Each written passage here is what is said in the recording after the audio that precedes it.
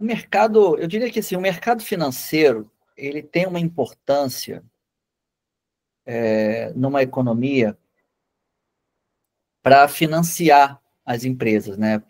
Para financiar o crescimento das empresas. Você conseguir disponibilizar os recursos dos poupadores para aquelas pessoas, empresas, enfim, que precisam dos recursos no momento mais imediato para fazer frente às suas necessidades de investimento, enfim, né?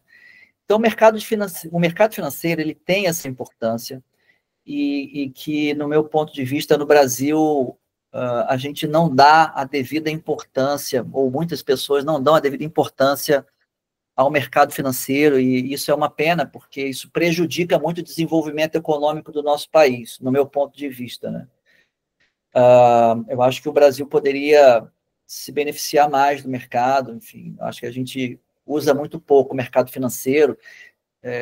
Acho que a última operação de IPO, né, de abertura de capital no Brasil, deve estar quase completando 4 anos, né? Então é uma pena, mas, e eu digo isso para dizer assim,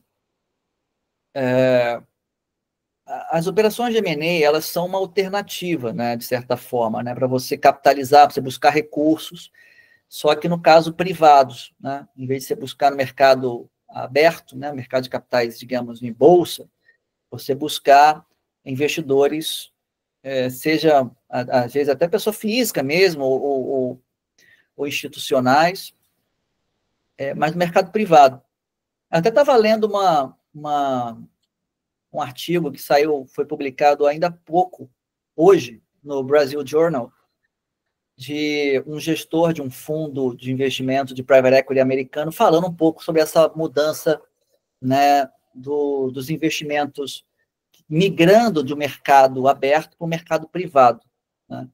Acho que vale a pena eu compartilhar lá no grupo, o Adriano, depois se você quiser dar uma olhadinha, pegar lá e compartilhar com o pessoal. Mas no Brasil, em termos de custo de capital, esse é um desafio grande que a gente tem, né? Para você viabilizar uma operação de M&A, o fator custo de capital, ele pesa bastante.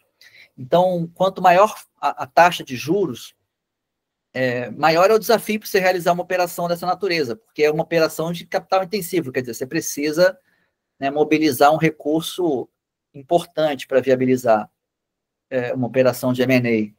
E muitas vezes você financia essa aquisição, né?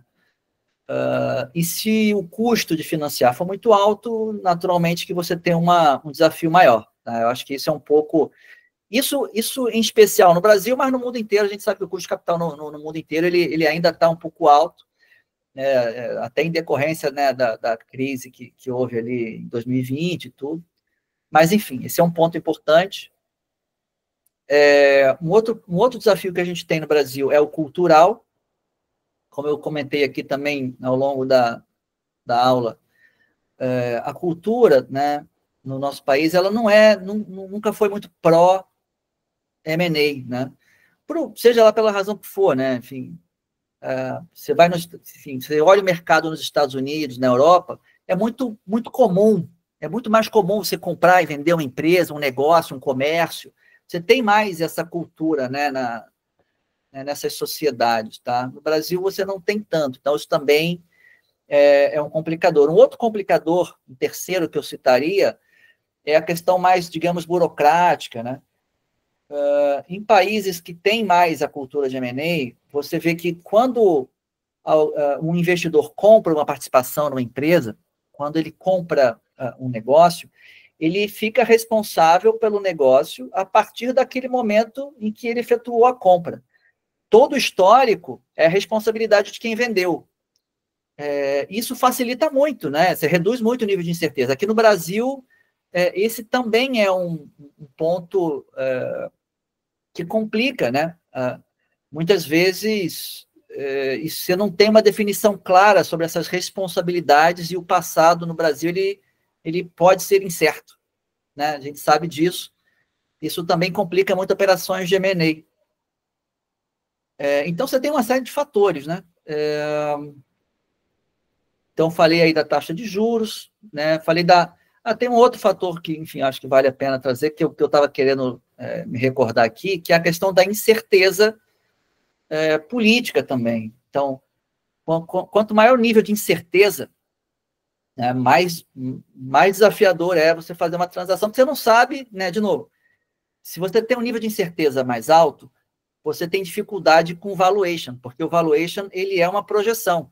Se você não sabe o que vai acontecer daqui a 5 anos, você não tem muita clareza, muita estabilidade, né, seja estabilidade política, econômica, etc., essa incerteza ela é refletida no valuation. E então, só para citar um ponto aqui, né, enfim, incertezas políticas e econômicas também dificultam bastante esse tipo de negociação, de preço, né, de condições. Então, esses são os principais desafios que eu vejo aí no M&A. Então, enfim, não é Legal. fácil, não. E